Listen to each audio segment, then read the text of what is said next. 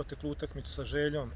Imali smo veliku želju da te domaće utakmice završimo s pobjedom. Dali smo sve od sebe, bili smo dominantni i nažalost nismo imali raspoloženog strijelca u ekipi da postignemo gol i da ostvarimo pobjedu. Tako da je utakmica završila nepopularnim rezultatom 0:0 protiv dobre ekipe Željezničara. Ako gledamo cijelu sezonu iza sebe, mislim da možemo biti igrama i rezultatima zadovoljni jer je velik broj mladih igrača činio ekipu, osjetili su šta je to seniorski fudbal, jedno ogromno iskustvo.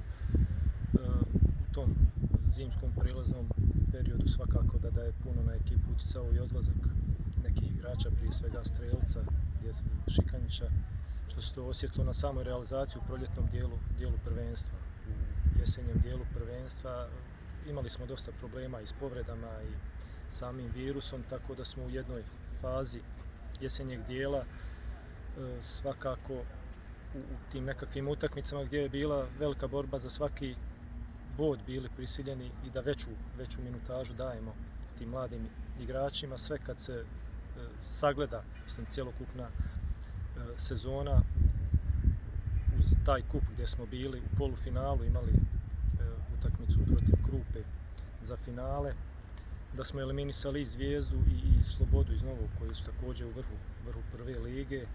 Ako uzmemo tu utakmicu s Krupom gdje smo Krupi odigrali zaista jednu dobru utakmicu, ovdje je Krupa pokazala sav svoj kvalitet i zasluženo izborila plasman u finale.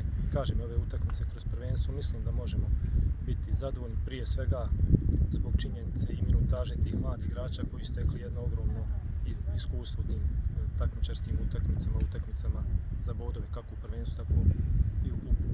Završavamo prvenstvo s utakmicom u Foči, ekipa koja je u zadnja 4 kola pokazala sav svoj kvalitet, ostvarili su 4 pobjede, postigli 16 pogodaka, imaju najboljeg strelca trenutno lige u svojim redovima i sigurno će u zadnjem kolu tražiti i dati sve od sebe da ostvare pobjedu.